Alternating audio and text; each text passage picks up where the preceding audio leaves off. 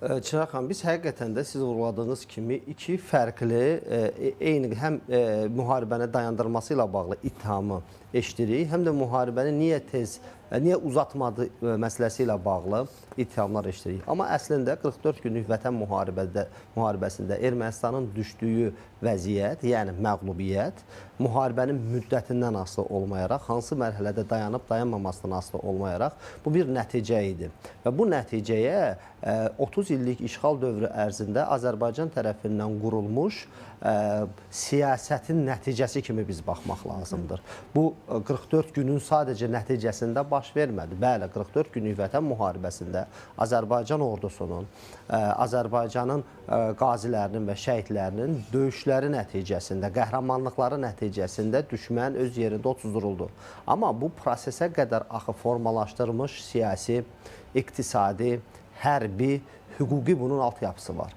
Bax, bütün bu proseslər bu qələbəni gətirdi, çıxartdı. Burada nəyi nəzərdə tuturam mən? Ermənistan dövləti 44 günlük vətən müharibəsi başlayanda artıq Azərbaycanla döyüşdə bərabər səviyyədə deyildi.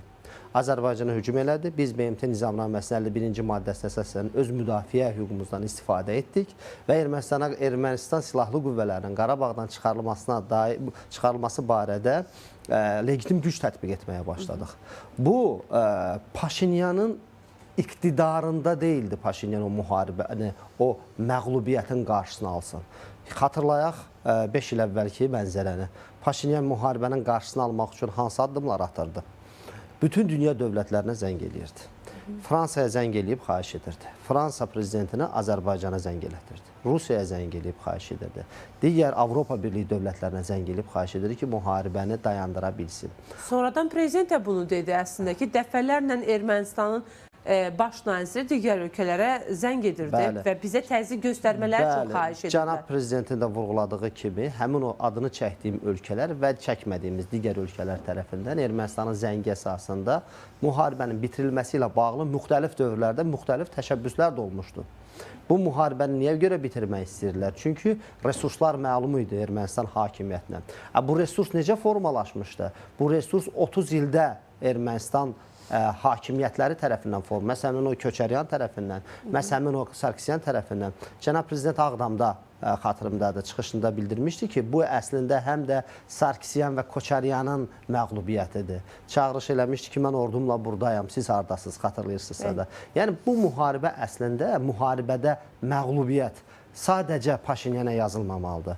Paşinyanla birlikdə həm Sarkisyana yazılmalıdır, həm Köçəryana yazılmalıdır, hətta biraz əvvələ getsək Levon Ter-Petrosyanın ayağına yazılmalıdır. Çünki bu ideoloji sistemi bunlar qurub. Erməni kilsəsi qurub. Bu Ermənistanın təcrid siyasətini bunlar qurub.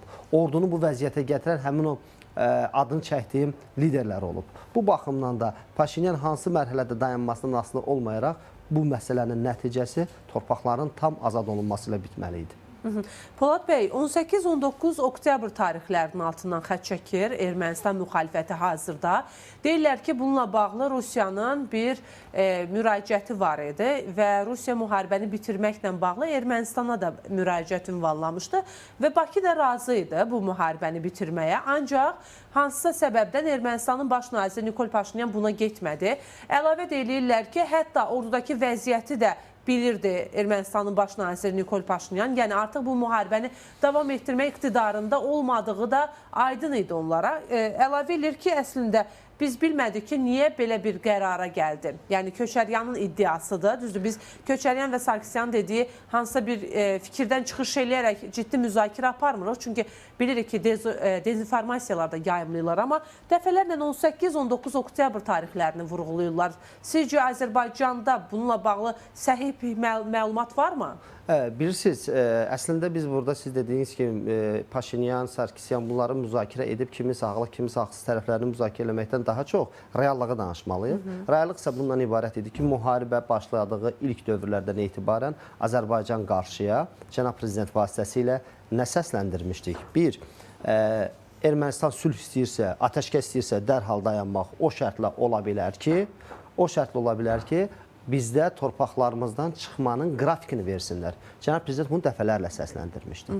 Və Rusiyada həmin o tarixlərdəki danışıqlarda proses necə olmuşdur? Rusiya tərəfindən irəli sürülmüşdür ki, atəşkəs dayandırılsın, həm Azərbaycan tərəfinə, həm Ermənistan tərəfinə Rus sülh məramları yerləşdirilsin. Azərbaycan tərəfdə Azərbaycanla birlikdə müdafiə təşkil olunsun. Ermənistan tərəfdə Ermənistan silahlı qüvvə, yəni işğalda qalan hissədə, üzr istəyirəm, Ermənistan silahlı qüvvələri ilə birlikdə sülh məramları təşkil olunsun və atəşkəs oldu, hər kəs öz yerində qalır. Azərbaycan axı buna razılaşmadı, Paşinyan buna razı idi. Azərbaycan razılaşmadığına görə humanitar atəşkəslə bağlı elan olundu həmin tarixdə Moskvadan. Yoxsa həmin gün Rusiyanın da, Ermənistan hökumətinin də israrı ondan ibarət idi ki, atəşkəs olsun və müharibə dayansın. Məhz Azərbaycanın irəli sürdüyü şərt əsasında ki, bizə torpaqlarımızdan çıxmanın qrafikini verin. Ona görə müharibə dayanır.